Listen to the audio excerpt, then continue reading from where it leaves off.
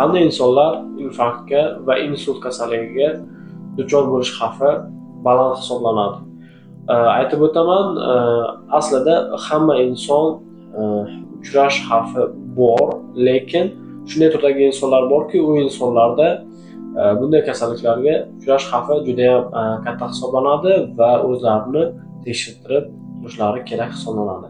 Va birinchisi, semiz bo'lgan odamlar va vazni og'ir bo'lgan insonlar va ko'proq beharakat, ko'proq sigaret chekadigan insonlar va ko'p ichadigan, alkogol iste'mol qiladigan odamlar va kunlik davomidagi ishga yoki ko'p stressda yuradigan, ya'ni ko'proq stressda yuradigan insonlar, значит qon bosimi baland yuradigan insonlar, qandli diabet kasalligi bor bo'lgan insonlar, xolesterini qon tarkibida xolesterin doim baland yurgan insonlar va erkaklarda ko'proq bu kasallik ko'proq uchraydi va shuning uchun 60 dan tepada, 50 dan 60 dan tepada erkak kishi o'zini tezroq tekshirtirib turishi kerak hisoblanadi.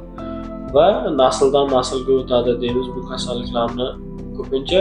Значит, agar dadasida, onasida, biror kimda qarindoshlarida bo'ladigan bo'lsa, ya'ni avlodida bo'ladigan bo'lsa, 30 yoshdan o'tgandan so'ng o'zini tekshirtirib turgani yaxshi hisoblanadi. Ya'ni bunday turdagi insonlar